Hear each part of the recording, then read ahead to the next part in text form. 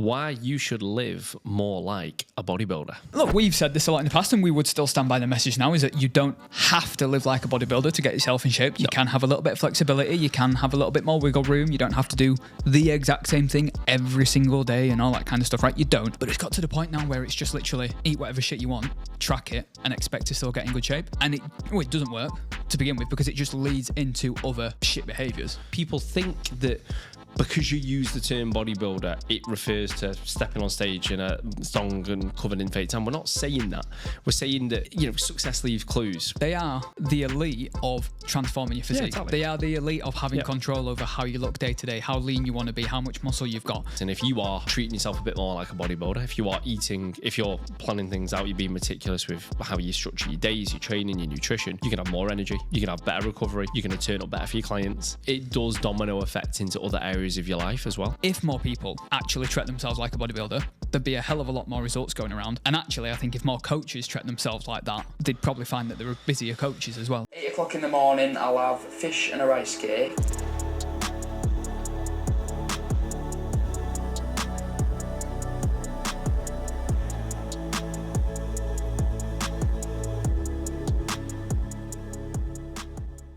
Why you should live more like a bodybuilder. Welcome back. Welcome back. Fish and a rice cake on tour, actually, for On the first tour? time.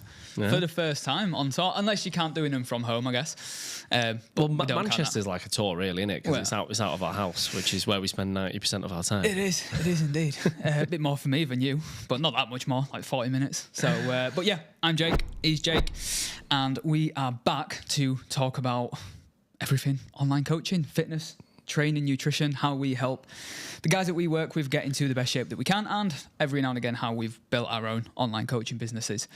And yeah, it's a little bit different, isn't it? It is a little bit different. So we're in Dubai. We're at in the Dubai. moment. We're living the fitness wanker lifestyle. We aren't are being the typical fitness wankers. only for a holiday. Only for a We've not moved. holiday, working holiday, a little bit of a blend in working it. well, you're Yeah. back working today from I normal, am. aren't I? This I is am. my pretty much only day of work whilst I'm here. Yeah, I've just had a week off though, which has been Yeah. lovely. So I say a week off, I've still had a little bits to do, but it's been a very small amount of work, and it's been a couple of beach days, a couple of pool days. Yeah. I feel recharged, mate. I feel ready to go. I feel like I've had a bit of vitamin D.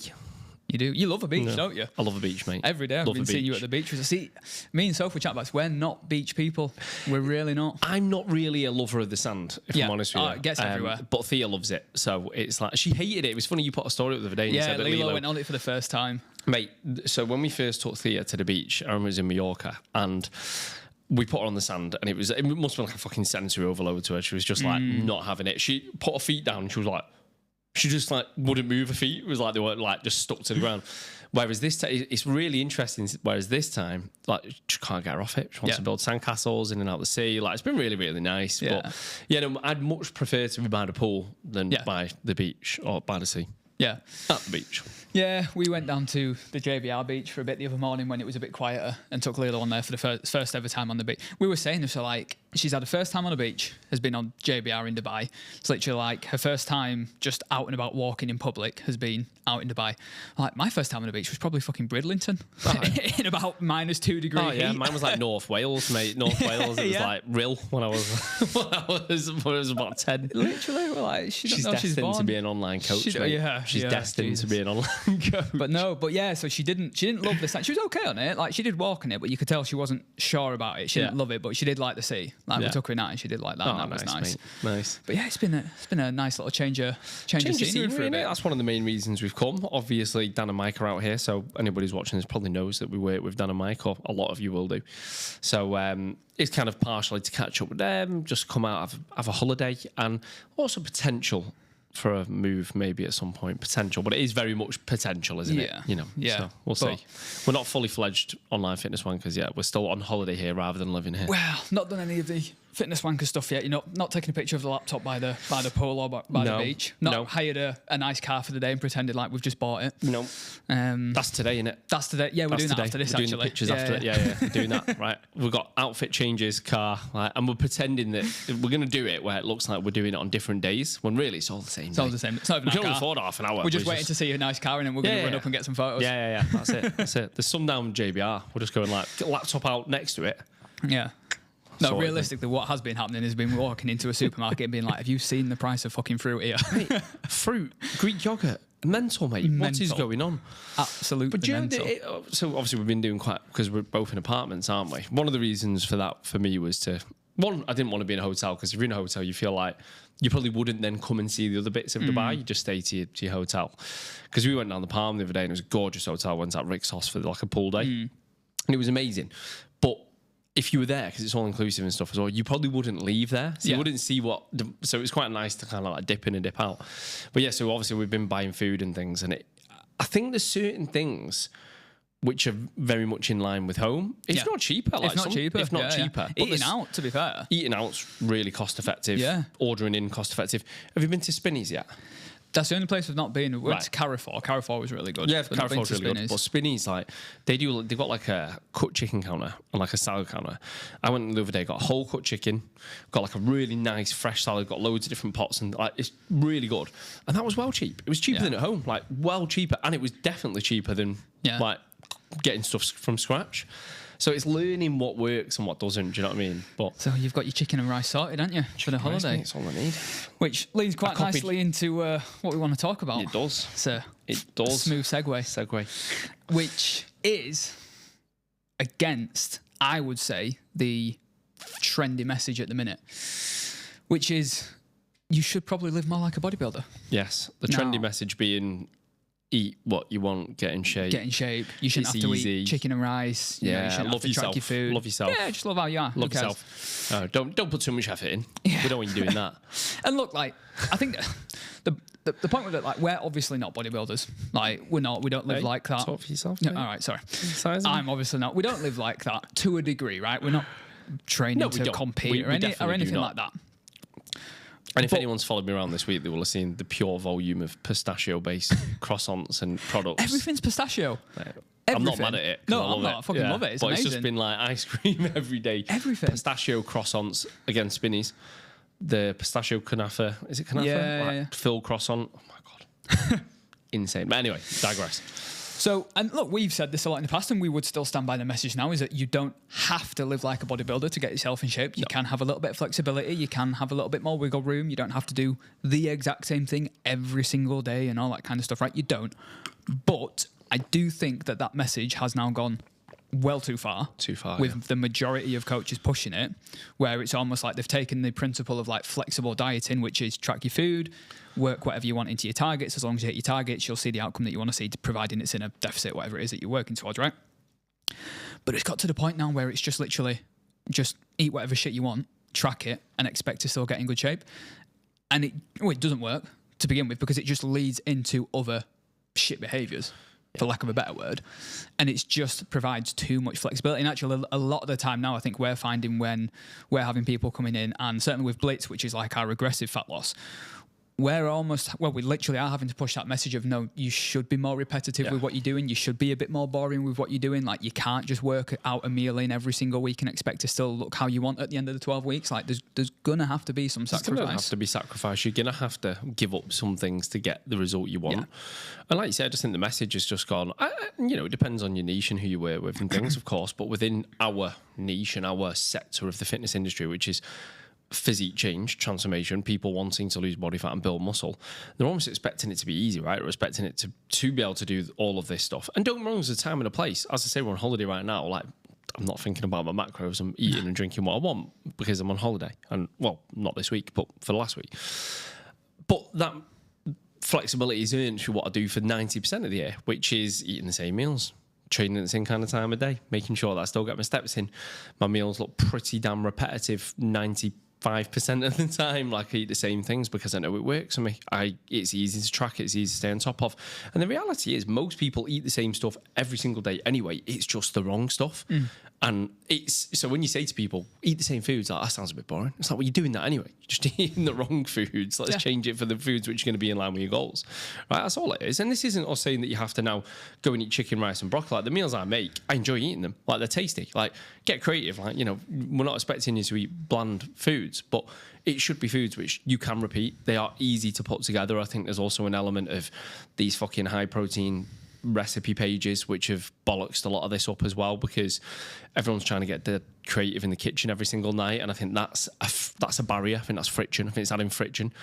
People, I've got to make that. It's like a fucking, I don't know, chicken Alfredo high protein thing. It's like, then you spend 45 minutes doing it. It doesn't taste as nice as what you expected. And actually now you've gone over your calories because you've probably not eaten much volume. And anyway, like, it's just a little bit of a side rant. But it's all just kind of blended into that message. Whereas, again, with Blitz, we've got people into week 9 now. Yeah, we've just done week 9 check-in. I've just shared a load of things on mine. You know, people losing 10, 11, 12 kilos just 9 weeks in. And that's not happened through being flexible. No. That's not happened through having these high-protein recipes every single day. It's happened because we have pushed that message of find the foods which work for you, rinse and repeat them. It's going to make your life a hell of a lot easier. It actually makes dieting easier, not harder. And this is the thing that people can't get their head around, because if you're having to make decisions every single day, that's adding stress, right? And we want to remove stress. That's the whole point of having a coach. The whole point is to give you structure and routine. We're looking to remove stress, not add it.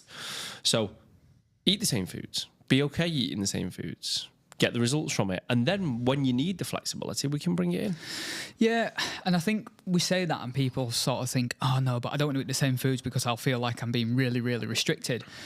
And I would actually argue, in most cases, it's the opposite, because what I would say is that if you're trying to work in all different foods every single day, you're having to actively spend time and energy figuring out, okay, well, what's in this? How does it fit along to my targets? What then can I have for the rest of the day? How do I move my normal meals around for the rest of the day to make it work? And how do I stick to my targets having all these different foods? Have I bought the different ingredients? How do I need to cook it?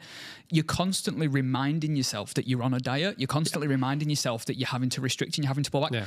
Whereas when you just find the foods that work for you and you just rinse and repeat them, you're not thinking about it. Like, it becomes on autopilot. Like, you just go through the motions. Yeah, don't get me wrong. I'm not saying you go for every single day feeling amazing and completely forgetting you're on a diet. You don't. But you don't have that constant reminder of, I can't have that, I can't have that, I can't have that, I can't have that. Because you're just getting on with it. And I think this is the thing, like we say to people in Blitz, or any client that we've got fat loss, like between them and that end goal, whatever that is, that look that they want, it's almost like it's a hurdle race, right? And you've got all these hurdles between you and that end line, and all we want to try and do is remove those hurdles before you have to jump them. So that is one of them. It's thinking about your food, having to track different foods, constantly being on your mind. The less you can think about the fact that you're dieting, the easier it will feel day to day. Yeah. And this is where the whole bodybuilder thing comes in, right? Because people look at it and they demonize them and they're like, oh, it's too extreme. It's toxic. Look, yeah, there's definitely a darker side to bodybuilding. There's where they take it too far, but this really annoys me. It's like people saying, I don't want to start running because don't want to get into marathons. It's like, what fucking relevance does that have? Like, you've not run a kilometre yet, so why are you thinking about marathons? Same way, don't want to track my calories because I might get obsessed. Yeah. Well, you've not tracked a single calorie, so how about we start there, right? It's with bodybuilders, you get it with people now, like, listen, I've been training 20 years, I might not look like it, but I've been training 20 years, I still don't look like a bodybuilder. People come to me and say, I don't want to get too big. I'm like, well, listen, you're not lifting any weights right now, so like how about we start adding a tiny bit of muscle first? Yeah. And it's just this thing where I think people think that because you use the term bodybuilder, it refers to stepping on stage in a thong and covered in fake tan. We're not saying that. We're saying that, success leaves clues, right? So they're in fantastic shape. They've got low body fat levels. You want low body fat levels. You might not want to be as lean as them. That's totally fine. I don't want to be. That's cool. Not a problem. But you can probably still learn from what they've done, right? It's like saying, look at billionaires. They're probably going to leave a little bit, some clues when it comes to building a successful business. But it is the shot, right? They are the elite of transforming your physique. Yeah, exactly. They are the elite of having control over how you look day to day, how lean you want to be, how much muscle you've got. They are very, very good at just setting themselves a goal, getting head down and cracking on with it. And it is literally that. It's people like myself, I don't want to be a bodybuilder. I don't want to step on stage. I don't want to get too big. Cool, that's fine. You won't. Trust me. Even if you really, really want to do it, it's still going to be hard to do it. You still might not get there because it's really fucking hard. But it is the same thing as, okay, so you don't want to run a marathon like maybe they're doing. You want to run a 10K. You're still going to have to run. Yeah. You're probably still going to have to make sure you're wearing the right clothes. You're still doing the same things. It's the exact same things. You're just not taking it as far. And that is literally ours. And we get this question a lot, don't we? As a side sort of tangent, people that we do shoots with, then being like, out of interest, like, what different would I have to do between now if I wanted to do like a show? It's like nothing. Just diet for another 4 or 6 weeks. Yeah.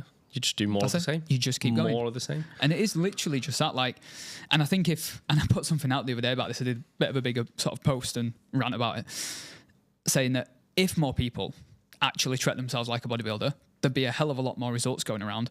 And actually, I think if more coaches treat themselves like that, they'd probably find that there were busier coaches as well, because they'd get better results with their own physique. They'd be setting a better example for people. The biggest thing I think you can learn from bodybuilders, and we bank on about this all the time, right? But regardless of who you are, what you want to achieve, is just the pure routine and structure these guys have. They are like robotic with it. And again, I'm not saying you have to be extreme, because bodybuilders do go extreme. That's fine. But you can learn from it, and you can go, well, they know when they're doing the steps. They know when they're training. They know what they're eating, when they're eating, to a T. Like, everything is like meticulously planned out, and they execute it. And actually, if you just took 50% of that and applied that to your own training, your own nutrition, your own lifestyle, you'd see massive, massive changes. Yeah. Like, that's it. And yeah, what you'll find as well is, especially for the coaches listening, if you are treating yourself a bit more like a bodybuilder, if you are eating, if you're planning things out, you're being meticulous with how you structure your days, your training, your nutrition, you can have more energy. You can have better recovery. You're going to turn up better for your clients. Like, it actually, it does domino effect into other areas of your life as well. Yeah. So you can maybe you should. You don't have to go out and buy a load of GASP clothing. You don't have to start doing an hour's incline treadmill walk every day, or counting 4 meals out a year as balance off. And also, on the other note, like we were talking about blitz, that's not sustainable either. So we're not sitting here saying, yeah, you know, we push people quite hard in blitz and get them really lean with 10, 12 kilos or whatever, and that's sustainable. It's not, but it's not supposed to be. Yeah. Like, it's and a we short tell term. them that. Yeah. So it's the thing is with effort for a blitz, we result. market blitz as an aggressive fat loss thing for 12 weeks. You're going to do a photo shoot at the end of it. And that's what it is. And it does what it says on the tin. People come into that and they buy into that process, which is amazing. We love it. But within blitz, so within the actual program, we're constantly talking to people about the fact that this is short term. You know, these behaviors you're going to have to adopt are going to have to be a little bit more obsessive, a little bit more restrictive. You are going to have to be a bit what some people class as extreme for a short period of time. But it's not forever. We're constantly reminding people of that, and we're advising people on what that might look like and how your approach might change once the diet is quote unquote over, and how to reverse away, how to come up to maintenance. So it's just remembering that it's not a forever thing. No, it's not. And I think, just to finish on it, keep harping on about, obviously where the whole flexible dieting thing comes from, or one of the biggest proponents for it was Lane Norton, right? One of the most popular sort of, well, fitness guys out there. He kind of made it massive back in his early days, and that's what a lot of people use as that base reference of, well, Lane Norton, flexible diets, and he's done bodybuilding shows in the past and stuff. And it's like, yeah, he did, he has, whatever. Powerlifts now, he doesn't do it anymore. I was like, but when he does that, he was literally using it as a way of having like 100 grams of ice cream a day maximum. Yes. And everything else was the same. Everything else was dialed in. He was still getting up early to go get his steps in. He was still eating exactly the same foods, boring meals day to day. But he tweaked it so he could have a little bit of ice cream or something along those lines, I think he said before, to give him something to look forward to. And then I think even then, towards the back end of his diets, he pulled that out. Yeah. So it's like, even at its most practical level, to the person that's pushed it the most over the years, it wasn't to the degree of, he still went out for a meal every single week. Yeah, he was still having a chocolate bar on days or having snacks on days because he was a bit hungry. Like, no, like, it was pre-planned, pre-thought out. It was a small amount, and then it got pulled out when it needed to. Yeah, it's literally that. And you know, again, I think it's one of them where it's been bastardized, so to speak. And it's the problem is now you talk about flexible dieting, you give someone, let's say they go and find calories on a calculator online, which may be incorrect in itself. And it says 2,000, for example, to lose body fat, right? So people go, okay, cool. Well, I can fit Mackies into that. And it's like, well, you've got to think what those calories are going to do for you, right? Because it's not going to digest well. You're going to feel like shit. You're still going to be hungry afterwards. It's providing no fiber, no nutrients, no nothing. So you're going to be hungry, grumpy. Your sleep's going to be shit. Your digestion's going to be shit. You're probably going to be bloated. So actually, and I've changed my message on this over the years. So when I first came into the industry, I was a little bit more like, no, flexible's cool. Like, you know, you can fit this in, fit that in. And over the years, I've got a bit more like, no, I need to tighten up on this because people are just taking it too far and they're missing the point with it. It's like, no, like, you have 8, again, it's that 80-20 thing. It sounds fucking, it's so fucking, you know, overused now, that term, but it's relevant, do you know? It is, but even with that, I kind of think, I think it should probably be more like 90-10. Why not aim for 100? Like, yeah, you can do 80-20, cool. Yeah. But why aim for the bare minimum? Yeah. Because if you aim for the bare minimum, you're probably going to fall short of it a few times. Yeah. You're not going to be happy with your result. And here's something as well. I think once you start negotiating with yourself, that leads into bad habits pretty quickly. So if you're dieting and you're having that little internal battle and you think, fuck it, go on then, like, one won't hurt, that's the start, right? Because it never fucking stops there. And I always say to clients, and I literally did one in the blitz checking this morning, 'cause exact thing had happened. I had a couple of snacks over the weekend. I'm a bit pissed off. I'm like, cool. When you had one on Saturday, how did you feel on Sunday? Was it easier or was it harder? It was like, literally craving was twice as much. Yeah, it does, because when you've already dieted yourself to a degree and then you allow something like that to slip in, the next day you will want it twice. It's not like, oh, I'm going to have that and I'll feel fine for a week. That's what you think, understandably. It's not. It's like twice as difficult the next day to say no to it. Yeah. And it just keeps going. That's like, so like, I'll always be like, look, I don't want to have the bro advice, the bodybuilder advice of being like, just don't have any of them. But trust me, if you do that for 2 weeks, you will not, I'm not saying you won't ever get a craving, but you will not get the same cravings as consistently trying to keep them in. Yeah. Makes complete sense. So maybe you should be a little bit more like a bodybuilder. Yeah. It's going to make your job with fat loss easier, building muscle easier when you get to that stage. And then when the time is right, the flexibility can come back. Like, again, just to talk about myself, I got myself pretty lean before I came away here. I've eaten very flexibly over the last week, zero tracking.